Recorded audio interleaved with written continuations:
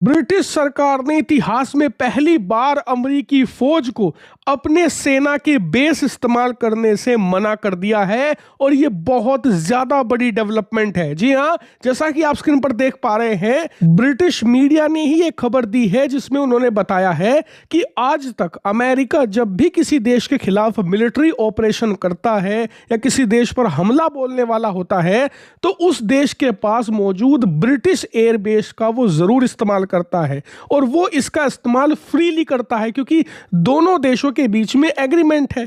इसीलिए सिर्फ फॉर्मेलिटी के लिए वो एप्लीकेशन देते हैं कि हम इस्तेमाल करेंगे आपके एयर बेसिस का और ब्रिटेन उसे एक्सेप्ट कर लेता है। ये भी सिर्फ फॉर्मली होता है, यानी कि ये सिर्फ दिखावे की कागजी कार्रवाई होती है क्योंकि सबको पता है कि ब्रिटेन कभी भी नहीं रोकेगा अमेरिका को।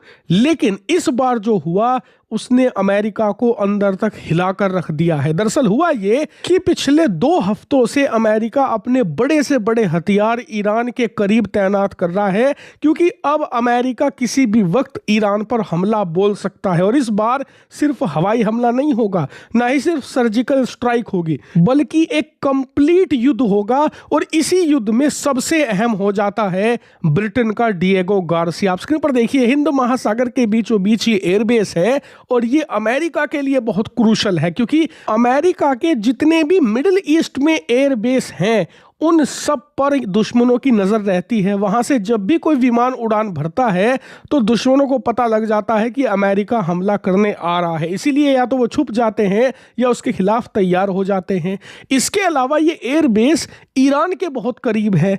ईरान जब चाहे इन पर मिसाइल हमला करके अमेरिका के सबसे एडवांस हथियारों को तबाह कर सकता है जो कि अल्ट्रा एक्सपेंसिव है। इसीलिए डिएगो गार्सिया करीब भी है और सेफ भी है। यहां से अमेरिका ईरान छोड़िए पूरे अरब वर्ल्ड में किसी पर भी हमला कर सकता है, लेकिन कोई भी अरब देश यहां पर अमेरिकी हथियारों को निशाना नहीं बना सकता, ना ही इसकी जासूसी कर सकता है जिससे कि आप सरप्राइज अटैक भी कर सके। इसीलिए डिएगो गार्सिया गेम चेंजर है, लेकिन ये अमेरिका का नहीं है। डिएगो गार्सिया दरअसल मॉरिशस की जमीन है और मॉरिशस था पहले ब्रिटेन की कॉलोनी जैसे कि भारत था, लेकिन ब्रिटेन ने मॉरिशस को तो आजाद कर दिया, लेकिन उसकी इस डिएगो गार्सिया जो आइलैंड्स की चेन थी इसे मॉरिशस को वापस नहीं दिया, बल्कि यहां पर ब्रिटिश वायुसेना ने अपने एयरबेस बना लिए जिनका इस्तेमाल अमेरिका भी करता था। खैर, अब ईरान पर हमला होने ही वाला है तो इसीलिए अमेरिका ने परमिशन मांग ली ब्रिटेन से कि चलिए हम आपको पेपर भेज रहे हैं परमिशन के, आप इस पर दस्तखत कर दीजिए, फिर जब हमें ऑपरेशन करना होगा ईरान के खिलाफ हम फ्रीली आपके एयर बेसिस का इस्तेमाल कर लेंगे। लेकिन अमेरिका को इस बार जो झटका लगा वो 440 नहीं 880 वोल्ट का था, क्योंकि पहली बार ऐसा हुआ कि ब्रिटेन ने वो परमिशन रिजेक्ट कर दी। जी हाँ, और अमेरिका को मना कर दिया कि वो उसके एयर बेसिस का इस्तेमाल नहीं कर पाएगा ईरान के खिलाफ। डिएगो गार्सिया छोड़िए, बाकी के भी जो दुनिया भर में एयर बेसिस हैं वो भी इस्तेमाल नहीं कर पाएंगे ईरान के खिलाफ हमला करने के लिए। इससे आप अंदाजा लगाइए कि अमेरिका के लिए कितना बड़ा झटका है। लेकिन आपका सवाल होगा कि ब्रिटेन ने ये किया क्यों? क्योंकि हम तो ब्रिटेन को लिटरली एक स्टेट मानते हैं अमेरिका का, जो अमेरिका के कहने पर चलता है, अमेरिका की कठपुतली है, तो उसने अमेरिका के सामने खड़े होने की हिम्मत दिखाई क्यों? तो इसके पीछे 2 कारण हैं। पहला, डोनाल्ड ट्रंप। दरअसल जो डिएगो गार्सिया के आइलैंड चेन है ना, जिस पर पूरा विवाद हो रहा है, ब्रिटिश सरकार उन्हें वापस करने वाली है मॉरिशस की सरकार को, और मॉरिशस क्या करेगा, 100 सालों के लिए किराए पर देगा वो ब्रिटेन को, ताकि आने वाले 100 सालों तक ब्रिटिश सरकार उन्हें इस्तेमाल कर सके। अमेरिका ये नहीं चाहता। अमेरिकी राष्ट्रपति ट्रंप को लगता है कि ये जो जगह है डिएगो गार्सिया, ये बहुत ज्यादा स्ट्रेटेजिक है, अगर ये वापस कर दी जाएगी तो ऐसे में अमेरिका को भविष्य में नुकसान हो सकता है, अमेरिका के हाथ से एक अहम एसेट निकल जाएगा। इसीलिए वो पिछले कई महीनों से ब्रिटिश प्रधानमंत्री कीयर स्टार्मर को टारगेट कर रहे हैं। कभी उन्हें बुज़दिल कहते हैं, कभी उन्हें कुछ कहते हैं, जिस वजह से स्टार्मर नाराज बताए जाते हैं, और इसीलिए पिछले 1 महीने से जो उन्हें निशाना बना रहे हैं ट्रंप, उसका बदला लिया है स्टार्मर ने। दूसरा यहाँ पर अहम हिस्सा है ईरान की धमकी।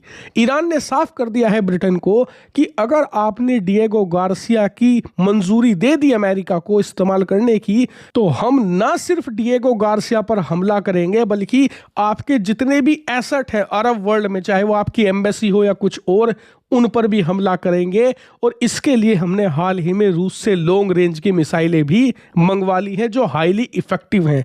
इसीलिए ब्रिटेन को लग रहा है कि जब डोनाल्ड ट्रंप ब्रिटेन के योगदान को मानते नहीं, कि ब्रिटेन ने कभी उनका साथ नहीं दिया, ब्रिटेन तो लीच बनकर चिपका हुआ है अमेरिका से, अमेरिका का खून चूस रहा है, तो ऐसे एहसान फरामोश आदमी की मदद हम क्यों करें?